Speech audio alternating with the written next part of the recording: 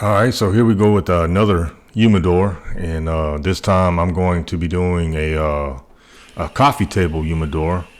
I've never done nothing like this. Thought I'd do something just a little bit different, change things up. So originally I was going to do this in cherry, and I did do the Carcass and everything in cherry ply, cherry veneered ply, and once I went to go get the solid cherry, there wasn't much of a good selection, so I went ahead and went with sapele, which is something I really enjoy working with, and I like the ribbon-like grain that goes along with it.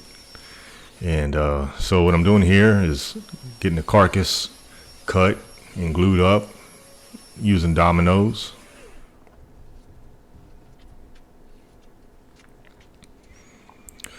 And a lot of times you gotta take the little edges off the dominoes so it's easier to pull them back out after doing the dry fit.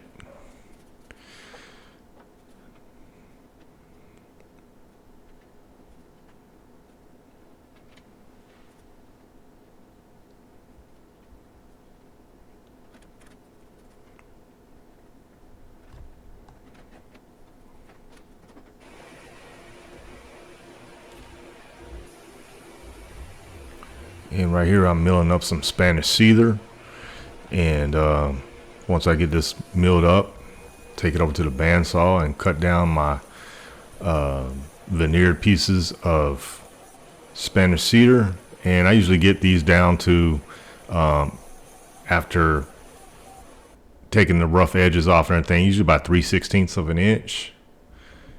And now I'm going to be gluing these down inside the Carcass.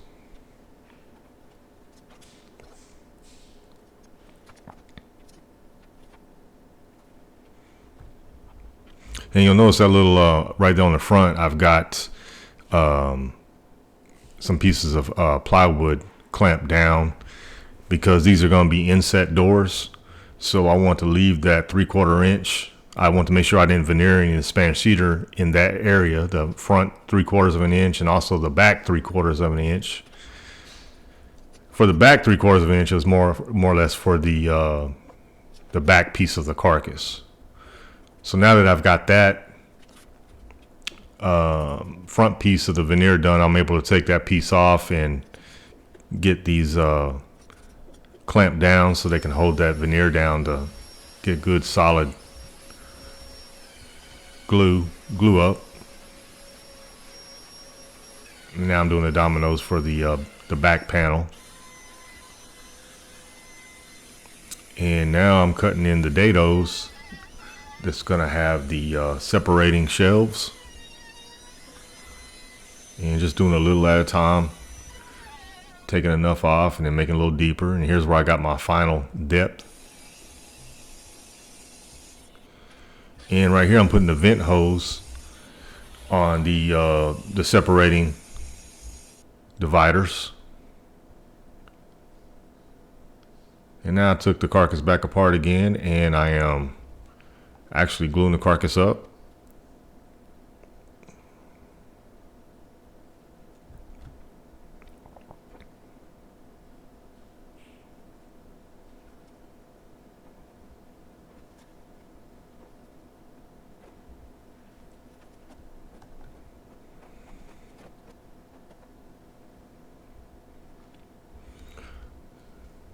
Gluing in the dividers.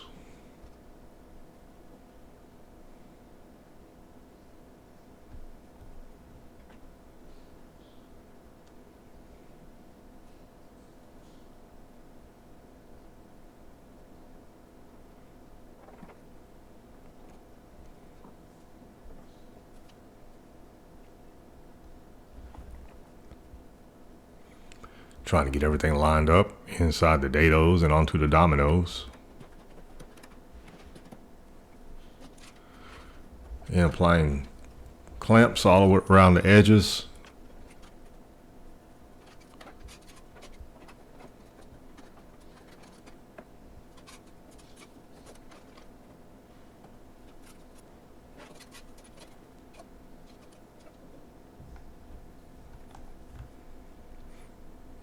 And now here's that little lip piece that I had originally put on there when I was putting the veneer down.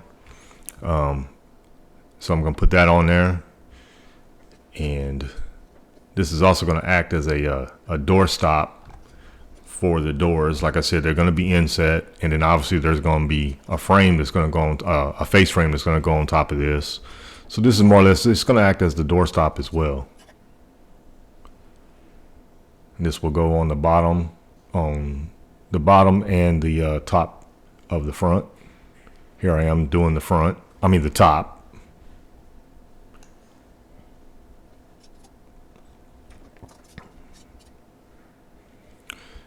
Clamping it on.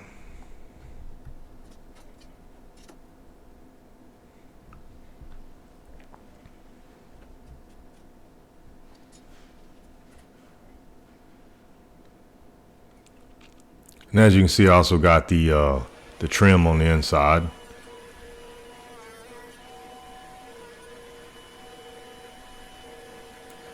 And right here I am making the frames of the frame and panel that I'm going to put on the back side, the sides, and then the doors will also have the same frame and panel.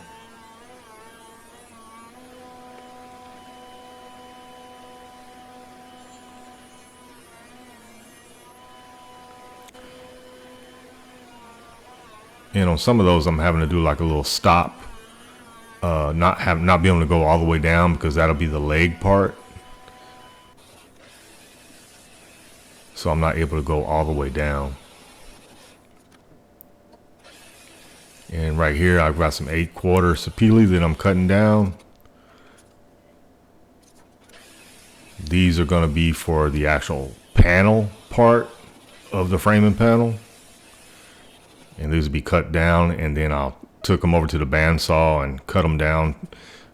Since it was 8/4, I cut it down to probably about 7/8, and then ran them back through the planer and everything, got them down to about 3/4. And now I'm gluing up those panels. They are slightly oversized, and I'll go back and cut them down to the proper fit. And now I'm putting the profile on those panels. It's a nice profile, but then it also gets the edges down to about 3/8 of an inch, so they fit inside the framing panel.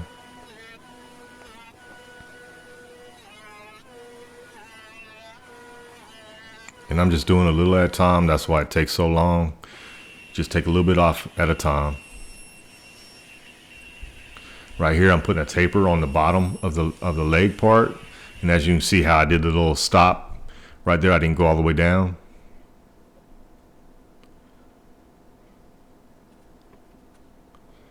And now I'm putting together the framing panel. And this is one of the sides. So I put the sides on first. Got them all glued up. Once again, I'm going to use the domino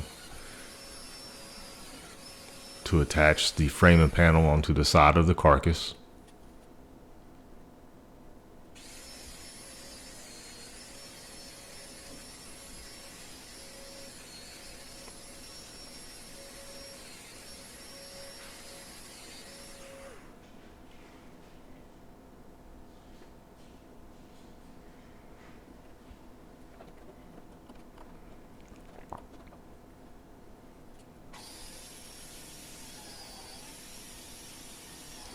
And I'm using my biscuit joiner here so I can attach the frame, the front frame onto the coffee table.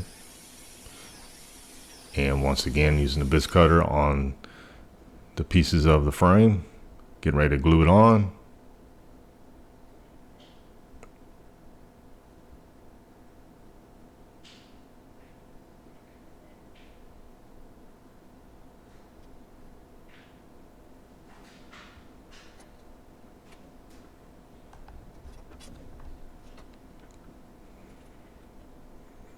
And I'm showing you right there where I had to because of that piece of that taper on that bottom part of that leg, I had to get the style to line up with that taper. I want to say it was something like a 2, 3, or 4 degree cut.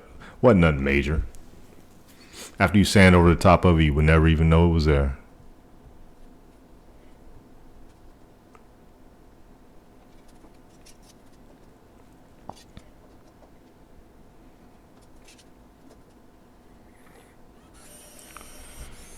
And right here I'm putting the two middle parts of the frame, and I'm using dowels to attach them to the dividers on the Carcass.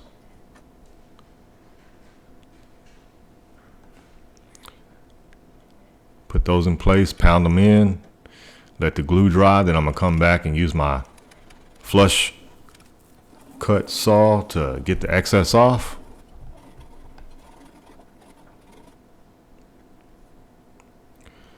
And now I'm attaching the back 3 panels on the back of the Carcass.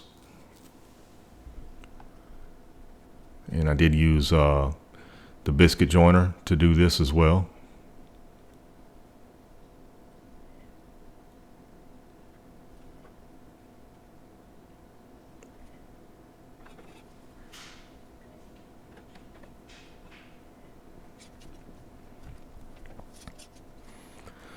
Getting the clamps on.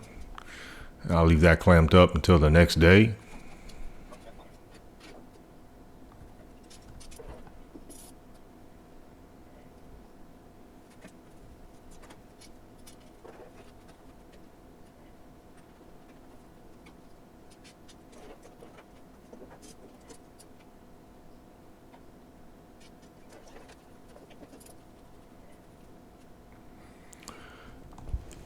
And now I've got like a router bit.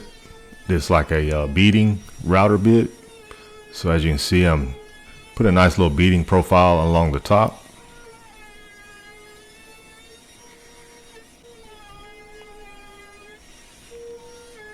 Get that to go all the way around the Carcass.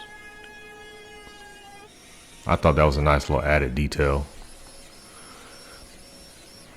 And I milled up some more sapele for the top of the coffee table, and just using the domino here so I can get everything aligned and everything.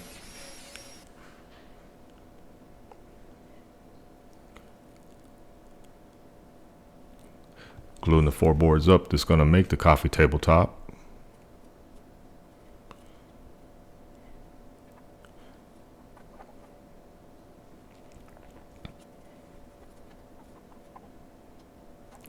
Got those in clamps.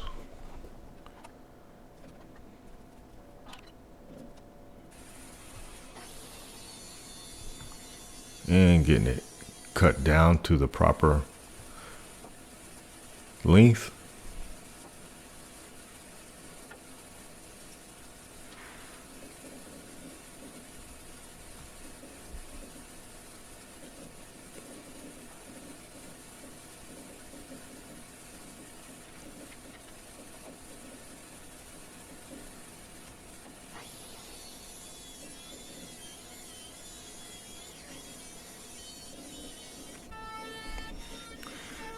And then I'm putting a round over on the top and bottom. And as you can see, those boards did cup a little bit, but luckily the way that it cupped, it's actually going to be the bottom.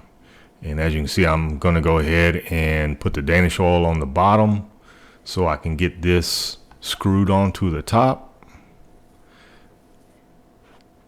to keep it from cupping anymore. I want to make sure that both sides get some of the Danish oil.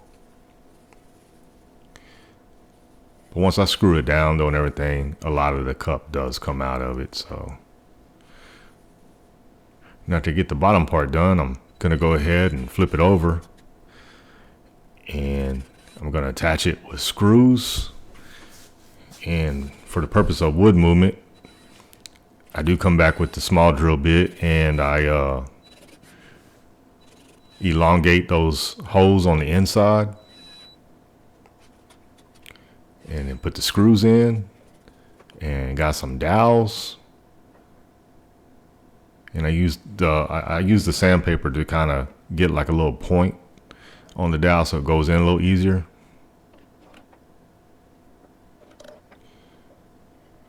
And then once I get those, I use the flush cut saw once again to get the excess off. I sand it down and come back with the Danish oil on top. Once again, I'm putting this on there because I've already got the bottom side done, and I want to go ahead and get some on the top to help keep it from any more unnecessary cupping or anything. All right, I'm going to end the video right here. We'll come back on part 2 with the doors and the cigar baskets, and we'll finish it out.